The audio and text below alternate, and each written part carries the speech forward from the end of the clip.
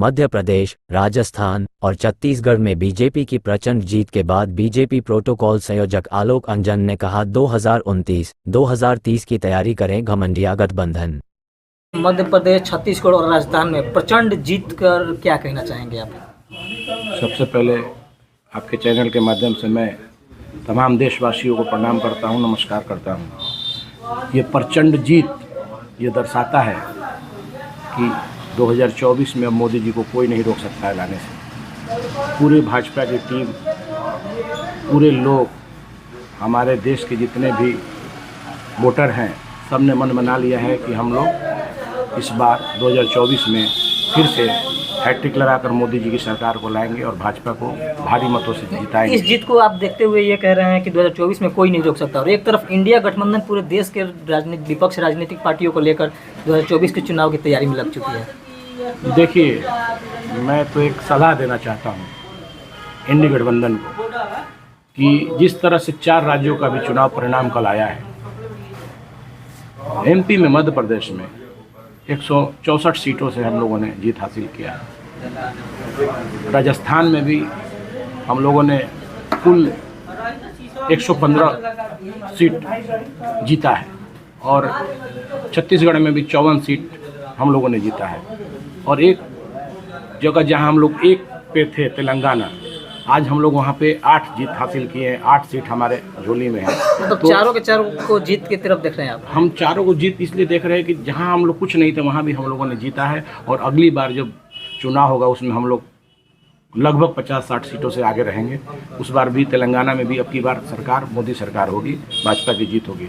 क्योंकि 4 जगह का इलेक्शन कल ये दर्शाता है कि भाजपा जो स्पीड पकड़ी हुई है, बुलेट ट्रेन से भी ज़्यादा तेज में चल रही है और हर जगह मोदी जी का जयकारा हो रहा है। एक मोदी जी का जो आदमी को समझ में आ रहा है कि मोदी जी का जो रुतबा है उसको पूरा करते हैं। आज पूरे वर्ल्ड में भारत का नाम लोग इज्जत से लेते हैं। हम लोग भी कहीं जाते हैं इंडिया से बाहर, पहले क्या होता था कांग्रेस के टाइम में कि लोग एक बुरे नज़र से देखते थे हम लोग को, भारत ये इंडिया है, इंडिया वाला है, नहीं इज्जत रिस्पेक्ट मिलता था। लेकिन आज भी हम लोग बिजनेस मीटिंग में जाते हैं बाहर तो अब लोग हम लोग का स्वागत करते हैं, बोलते हैं आप भारत से आए हो, वहाँ एक रिस्पेक्ट मिलता है। तो ये सब हम लोग के मोदी जी के चलते ही संभव हो पाया है। इसलिए जीत ये दर्शाती है कि मोदी जी ने भारत को बहुत मजबूत कर चुके हैं। ये जीत दर्शाती है कि मोदी जी भारत को मजबूत भी किए तथा वर्ल्ड का लीडर भी बनने वाला है भारत, ये भी दर्शाता है। सभी जगह कहीं भी कुछ भी होता है तो मोदी जी से दूसरे देश के लोग सहायता तक मांगने लगे हैं। अभी आप देख सकते हैं न्यूज़ के माध्यम से बहुत से चैनलों में ये चलता है कि इंडिया का झंडा लेके अगर कोई निकलता है तो वहाँ बमबारी रुक जाता है। अगर कोई लड़ाई चल रहा है तो कहीं कुछ होता है तो इंडिया का दूसरे लोग भी इंडिया का झंडा लेके आगे बढ़ जाते हैं कि हम लोग इंडिया वाले, भारत वाले हैं, तो वो लोग बच जाते हैं। तो ये कहीं ना कहीं दर्शाता है कि इंडिया का रुतबा बढ़ चुका है और इंडिया एक शक्ति के रूप में उभर रही है। और वो समय ज़्यादा दूर नहीं है जब हम वर्ल्ड में नंबर 1 भारत के नाम से जाने जाएंगे, जो भारत नंबर 1 होगा। ये जीत को देखते हुए आप लोग 2024 की बात कर रहे हैं, उसके बीच में भी एक और चीज़ है, 22 जनवरी को अयोध्या राम मंदिर गर्भगृह में प्राण प्रतिष्ठा होने वाला है, जिसका पूरा दुनिया का नज़र रहेगा।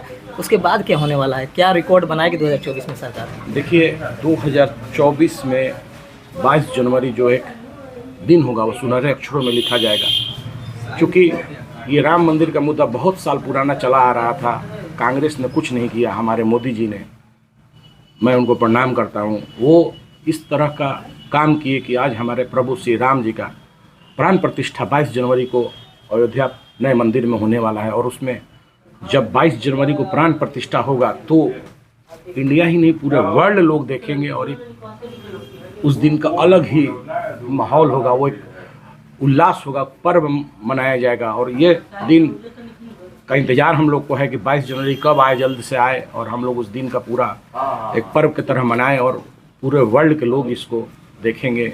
मैं समझ सकता हूं कि उस दिन अगर कोई चैनल पे इस तरह का कार्यक्रम चलेगा तो उसको देखने वालों की संख्या बहुत होगी, अनलिमिटेड होगी। तो उस दिन का हम लोग बहुत बेसब्री से इंतजार कर रहे हैं। उस दिन हम लोग भी पर्व की तरह मनाएंगे और कुछ ना कुछ प्रोग्राम हम लोग चाहेंगे कि आरा में भी वो होने वाला हो और उस दिन हम लोग राम जी का जश्न मनाएंगे। अच्छा, एक और चीज़ चलता आ रहा है, राम राज्य। हमेशा से बात होती रही है कि भारत में राम राज्य आएगा। क्या 22 जनवरी का जो होने वाला है प्राण प्रतिष्ठा, उसके बाद देश का माहौल अलग होगा?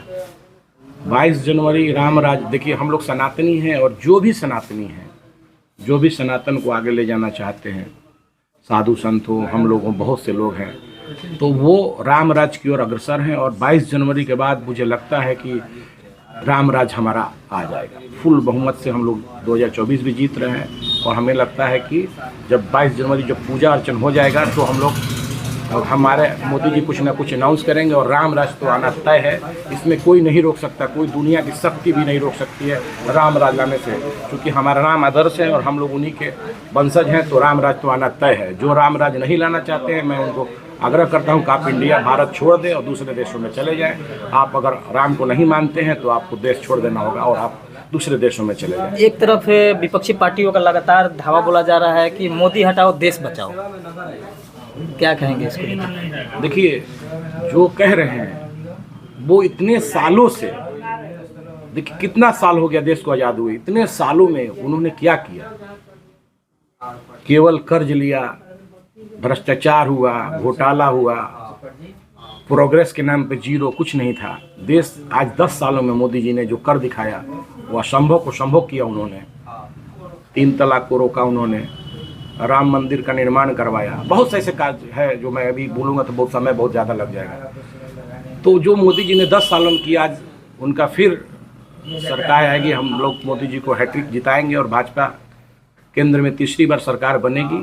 इस तरह एमपी में हैट्रिक लगा, उस तरह हम लोग के देश में भी हैट्रिक लगेगा और हम लोग फिर से भारी मतों से मोदी जी को 2024 में लाएंगे।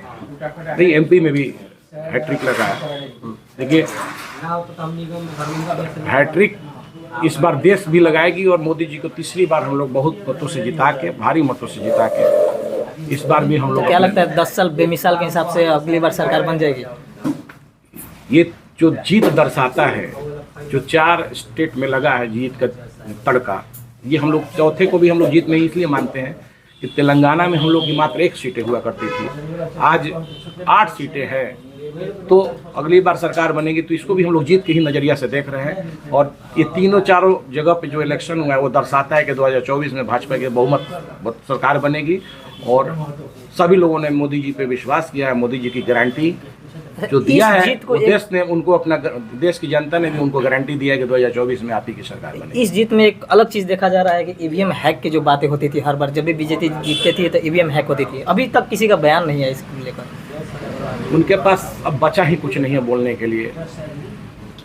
लोग कहते थे ये होता है वो होता है, अगर ईवीएम हैक होता तो तेलंगाना में भी भाजपा की सरकार हो जाती, इसलिए उन लोगों ने नहीं बोला, क्योंकि वो बोलते तो वो अपना खुद का इज्जत प्रतिष्ठा खराब करती, इसलिए किसी ने बोला नहीं। हो सकता है कि बोल दे, बोल भी सकते हैं लोग। अभी पहला दिन खत्म हुआ है, दूसरा दिन चल रहा है आज, तो कुछ लोगों का बयान भी आ सकता है इस तरह का, बेबुनियाद रहेगा वो, क्योंकि ईवीएम हैक नहीं होता है। इस तरह की बात अगर जो करें वो मूर्ख लोग ही होंगे। तो जागरूक है जनता, जनता देख चुकी है। बीच में विपक्षियों ने ये तरह का रूमर उठाया कि छत्तीसगढ़ में भाजपा हार रही है, तो वो इस तरह का रूमर उठाते रहेंगे, क्योंकि जनता जान चुकी है। और जो भी भाजपा के कार्य करता है वो जमीनी कार्यकर्ता होते हैं। हम लोग भी एक भाजपा के कार्य करता है, हम लोग जमीन से जुड़े रहते हैं। तो जो जमीन से जुड़े रहते हैं वो नीचे नीचे जमीन तैयार करते हैं, अपना जमीन बना के ही काम करते हैं। वो बोलते नहीं है ज़्यादा, रिजल्ट ही सामने ला के बताता है कि कार्यकर्ताओं ने क्या किया। मैं पूरे देश के भाजपा के कार्यकर्ता को भी एक बार फिर से